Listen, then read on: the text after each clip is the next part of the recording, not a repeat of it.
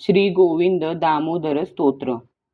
करारविंदेन पदरारविंदं मुखारविंदे विनिवेशयन्तं वटस्थपत्रस्य पुटे शयानं बालं मुकुन्दं मनसा स्मरामि. श्रीकृष्ण गोविंद हरे मुरारे, हे नाथ नारायण वासुदेव. जिव्हे पिब स्वामृतमेत देव, गोविंद दामोदर माधिवेती. विक्रेतुकामा किल गोपकन्या, मुरारी पादार्पित चित्तवृत्तिः. दध्यादिकं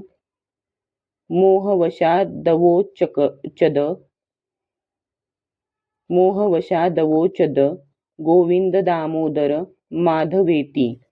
गृहे गृहे गोवधूकदम्भाः, सर्वे मिलित्वा समवाययोगे. पुण्याहि नामानि पठन्ति नित्यं, गोविंद दामोदर माधवेती.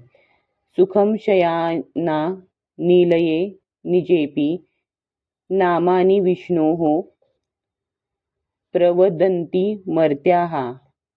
ते निश्चितं तन्मयतां व्रजन्ति, गोविंद दामोदर माधवेती. जिह्वे सदैवं भज सुन्दराणि, नामानि कृष्णस्य मनोहराणि. समस्तभक्तार्ति विनाशनानि, गोविंद दामोदर माधवेती. सुखावसाने त्विदमेव सारं, दुःखावसाने त्विदमेव गेयम्. देहावसाने त्विदमेव जाप्यं, गोविंद दामोदर माधवेती. जिह्वे रसज्ञे मधुरप्रेमे, त्वं सत्यं हितं त्वां परं वदामि. आवर्णयेथा मधुराक्षराणि, गोविंद दामोदर माधवेती. त्वामेव याचे मम देहि जिह्वे, समागते दण्डधरे कृतान्ते.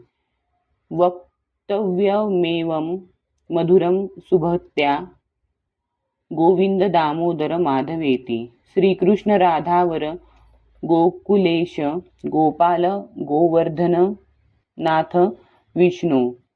जिह्वे पिपस्वामृतमेत देव, गोविंद दामोदर माधवेती.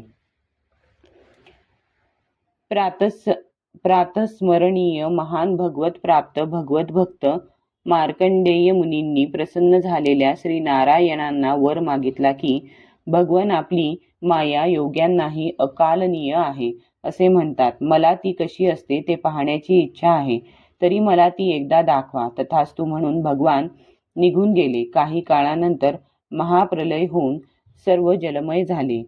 त्या प्रचंड जलाशयात एकटेच मार्कंडेय पाण्याच्या प्रवाहाबरोबर इकडून इकडे असे वाहत चालले. बऱ्याच काळानंतर त्यांना एक पृथ्वीवरील टेकडी दिसली. त्यावर एक वटवृक्ष होता. त्याच्या एका पानाच्या द्रोणात आपल्या तेजाने सारा अंधार दूर करणारा सुंदर तेजस्वी बालक दिसला. तो दुसरा तिसरा कोणी नसून भगवंतच बालमुकुंद रूपात होते. त्यांचे वर्णन यातील पहिल्या श्लोकात आहे. वडाच्या पानाच्या द्रोणात पहुडलेल्या व करकमलांनी चरणकमलाचा अंगठा मुखकमलात घालून चोखणाऱ्या बालमुकुंदाचे मी मनाने स्मरण करतो. बालरूप भगवान आपला पायाचा अंगठा का चोखत होते याचे मोठे सुंदर वर्णन करताना हरिविजयात श्रीधर स्वामी म्हणतात. पायीं पैंजण वाळे वाजती, चरणांगुष्ठ धरिला हाती. वदनी घालुनी रमापती, चोखी प्रीती करुनिया. तो वैकुंठपती वरिष्ठ, काम मुखीम घातला चरणांगुष्ठ. तरी चरणीम गोडी आहेस उत्कृष्ट, ऐसे भक्त बोलती. जे ते भक्त चरणी रंगती, गोड म्हणूनी वाखाणीती. ते गोडी पहावया श्रीपती, जपत होता बहुत दिवस. ते गोकुळी फावले स्पष्ट, म्हणवोनी चोखी चरणांगुष्ट. की स्वचरणींचा महिमा वरिष्ठ. अबाल आबाल लोक नेणती जैसे पितयाने अमृतफळ आणिले ते बाळा का हाती दिधले परी त्याची गोडी त्यासी न कळे वदनी न घाली सर्वथा तेची फळ पिता चोखिता बाळ झुंबोनी लागे हाता तैसा हा जगतपितयाचा पिता गोडी आधी सेवित गोडीने चरण चोखी श्रीपती या लागी भक्तांच्या मिठ्या पडती